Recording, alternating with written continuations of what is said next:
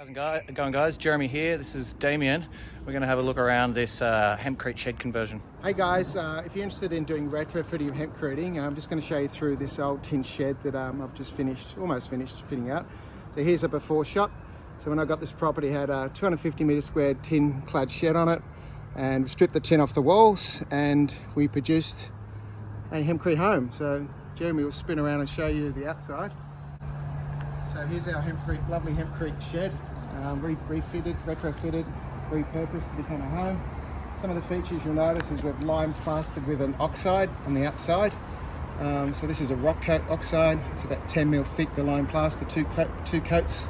The lime plaster breathes, so you're getting the weatherproofing of your finished hempcrete, but you're still allowing the building to breathe. It's super important with hempcrete that you don't cover it with anything that's going to cause it not to breathe. And from out here you can see some of the features we've got of the reclaimed bridge timbers we've used as door frames and window frames.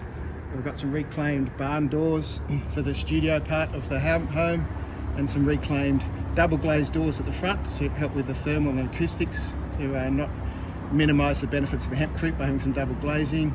And then we've got these beautiful old stained glass windows from an old Queensland home that we've also repurposed. So part of the ethos of building with hempcrete for a lot of people is to try and not just produce a carbon negative home that's going to continue acting as a carbon sink, but also have a home that is having a good impact on the environment by not using too many new materials. So that's why you'll see this theme of reclaimed materials or salvage materials. Some beautiful old salvage lights which came from an old train station kind of complete the theme for this artisan style of building. So that's the outside. Come inside and we'll show you some of the features. So guys, we talked about this when you're retrofit of an old shed. What I chose to do is to leave the steel trusses in place, just as a bit of a homage to the shed itself.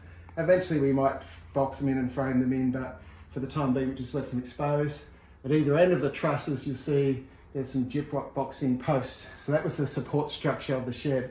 So one of the great advantages of using a shed for hempcreting is we had the structural elements of the building done already with the roof off.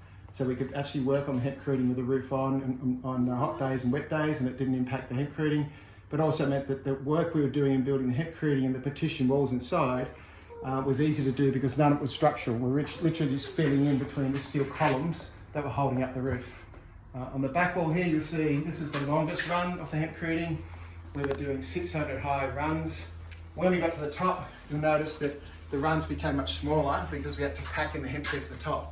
So given that this was my first hempcrete build, one of the things I would have done differently next time is to take off the roof sheet at the end to allow us to just do a 600 run at the very top, rather than sort of those multiple 100, 150 runs we did at the top to be able to finish the top of the wall. So if the roof sheeting was off, it would have been much easier for us to get in and just finish that last row without as much labour.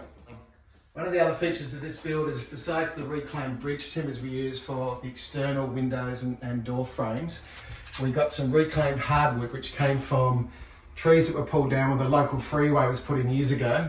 We managed to get this from a salvage timber mill nearby, and they milled up these timber frames for us. So this is a yellow stringy, beautiful timber. It's been seasoned for a long time. It's been sitting there for 20 or 30 years and provided a really nice door frame. This is a 120 plus year old hoop pine door that came out of an old Queenslander. So again, we're kind of salvaging and reclaiming.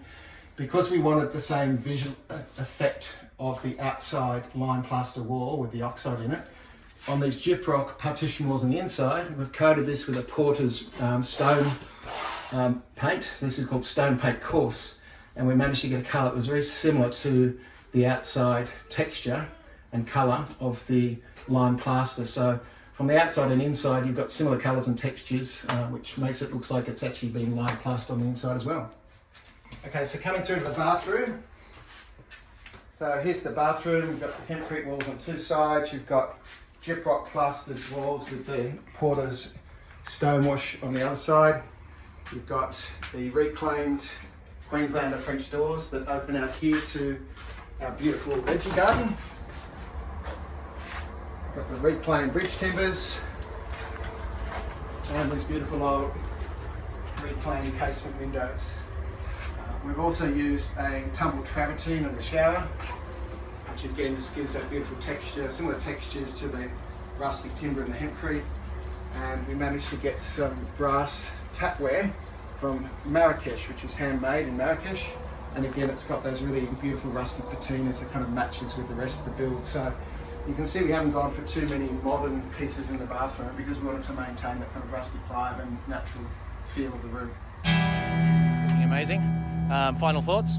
Yeah, look, I'm fairly new to hempcreting. I've been a DIY home builder for a few years. This is about my 5th build. Discovered hempcrete about a year ago and have become somewhat obsessed by it, which many people do. My first attraction to it was really just the performance. So I think when a lot of people build, they think of budget as their principal thing. But for me, it was actually about how do I get the best performance and how do I build a sustainable building that's still going to be here in 3 or 4 hundred years' time. So there's a legacy from all of your effort and your investment into your home. So if you look at the performance of the hempcrete, from acoustics to thermals to fireproof to the carbon negative impact of it and all the other benefits of hempcrete, it really is the way to go. It is something that also that a kind of a serious DIY home builder can do as well. You don't need to necessarily have a building license or have an expertise to hempcrete. You just need to have the time and patience and ability to get in and do some hard work. So for all of you planning your homes out there with hempcrete, good luck and enjoy yourselves.